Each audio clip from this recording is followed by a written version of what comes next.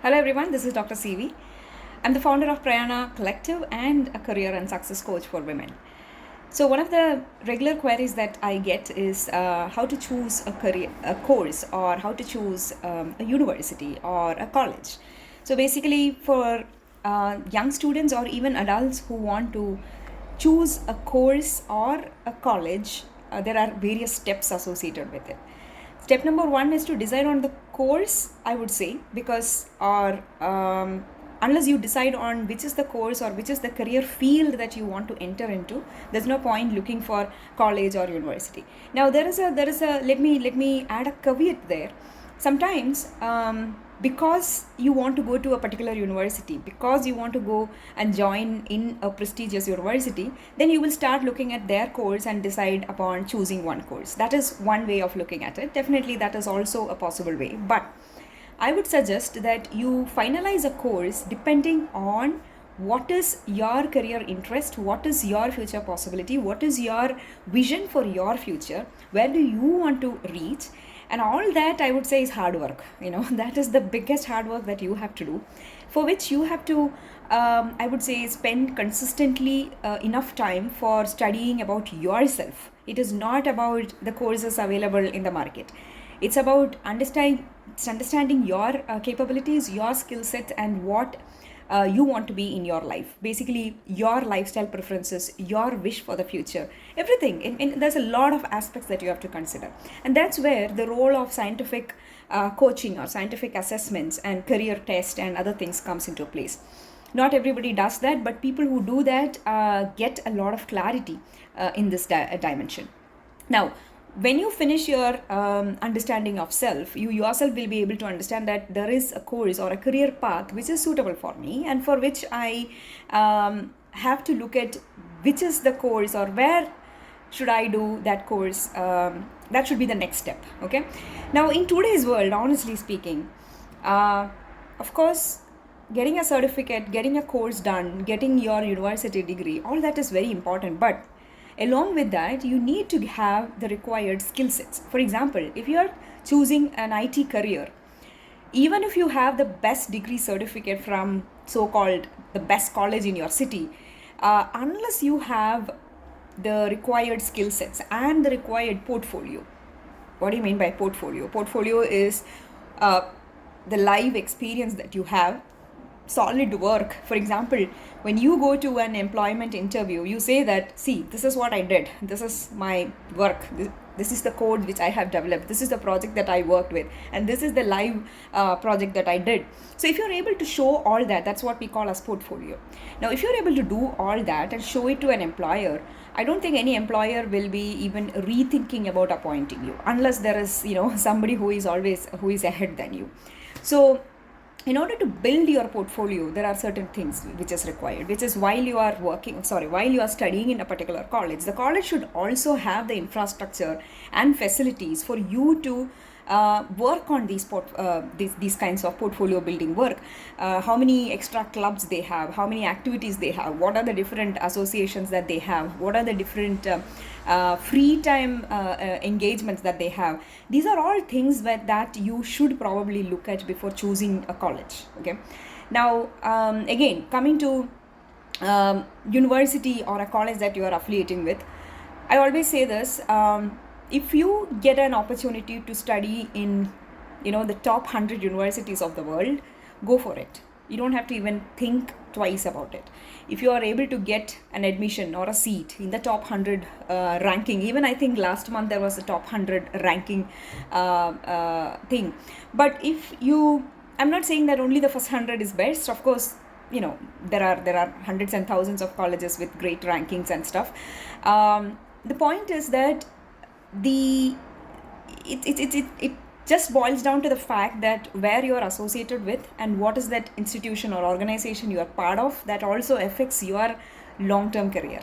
Okay. So when you say that I am an alumni of this university, it definitely adds value to your career or your long-term this thing. But beyond the brand part of it, I always talk about this. A good college will help you get access, or your friends and your circle in a good college will be probably they will become employees in a company. They will be good employees.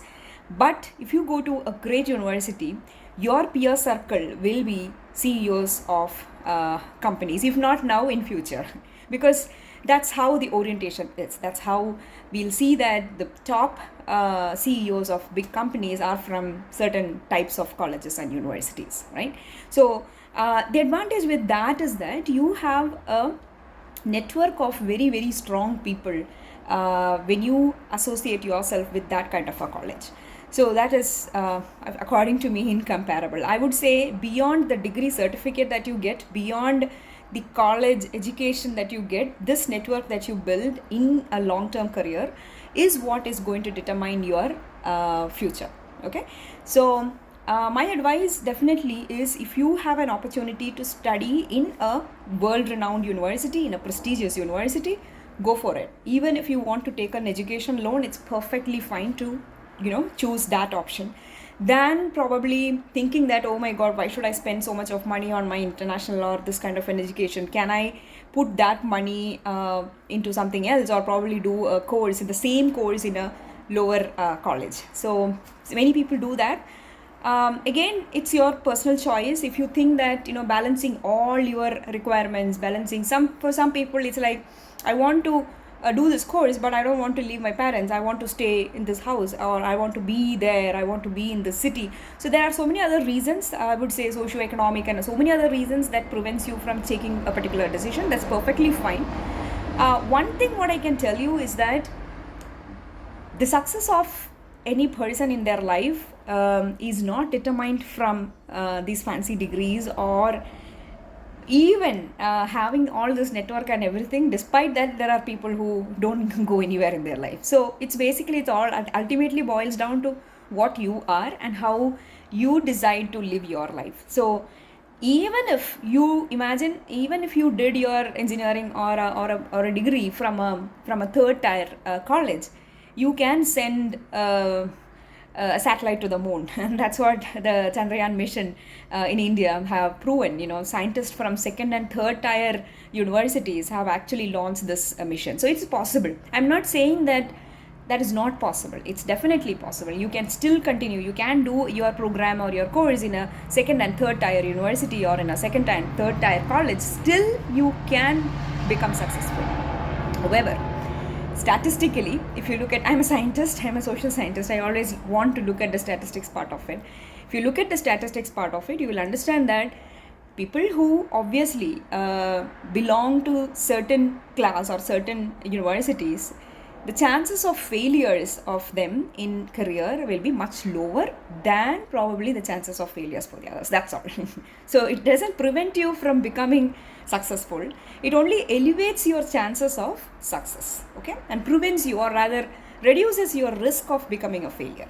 That's what I feel. That's how you should be taking a decision when it comes to choosing a college or choosing a course for your career.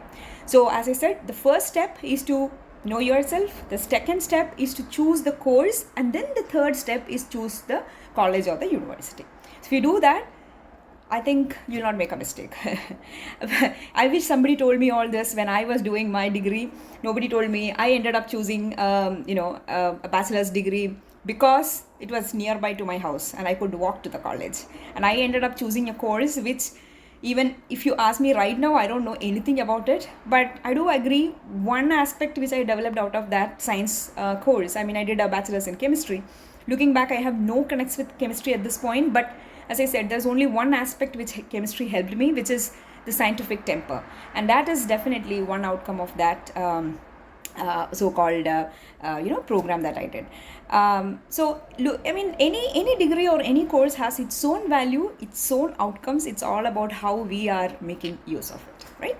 So with that, I'll see you in the next video. This is me, Dr. Ceevee, signing off.